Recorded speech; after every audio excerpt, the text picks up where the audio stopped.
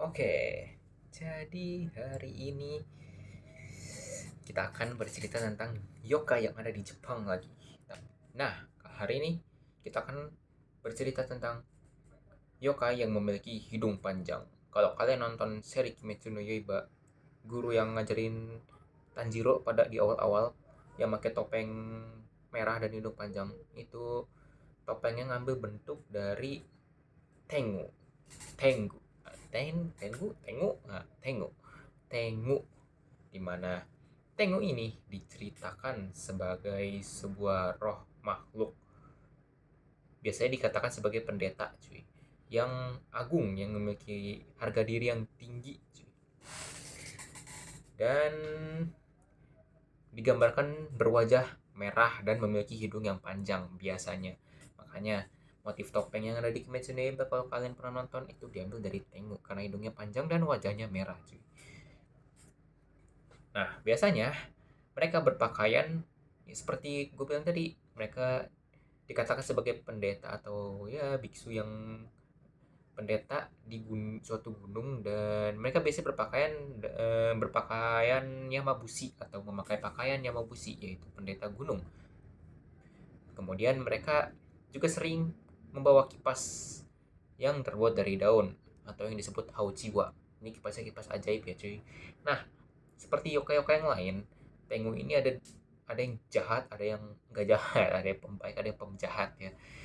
Nah, yang pertama ada Daitengu. Daitengu itu adalah Tengu yang agung, di mana dia lebih bentuknya lebih manusia dan memiliki harga diri yang tinggi. Kemudian dia sesuai namanya Tengu, Tengu atau Daitengu disebut Tengu, dalam bahasa Indonesia ya Tengu yang agung gitu. Jadi Tengu yang terhormat dan lebih berwibawa, cuy. Nah, Daitengu ini juga menjadi salah satu, Daitengu ini juga punya cerita yang lumayan terkenal di Jepang, di mana ada seorang Daitengu bernama Daitengu Sojobo yang berasal atau berada di Gunung Kurama, di mana dalam cerita atau kisah-kisah rakyat Jepang itu dikatakan Daitengu Sojobo ini yang tinggal di Gunung Kurama pernah mengajarkan salah satu samurai legendaris dari Jepang, yaitu Minamoto no Yoshitsune, untuk mengajarinya ilmu berpedang, cuy. Jadi Yoshitsune ini atau Minamoto no Yoshitsune ini diajarin sama Daitengu Sojobo ini, cuy, di Gunung Kurama. Kemudian Tengu yang kedua ada Karasu Tengu. Karasu Tengu, seperti namanya Karasu itu gagak ya. Jadi bentuknya itu lebih ke hewan-hewan di mana mereka memiliki sayap dan mereka ini jahat, cuy. Mereka jahat, sering gangguin pendeta atau biksu di gunung dan sering nyulik anak-anak. Kenapa yokai-yokai ini sering banget nyulik anak-anak ya? Mungkin karena ini cerita rakyat ya kan, jadi biar nakut-nakutin anaknya di Indonesia lah, nakut-nakutin anak biar nggak main malam-malam mungkin ya kan, biar nggak main jauh-jauh ke hutan dulu mungkin ya, mungkin.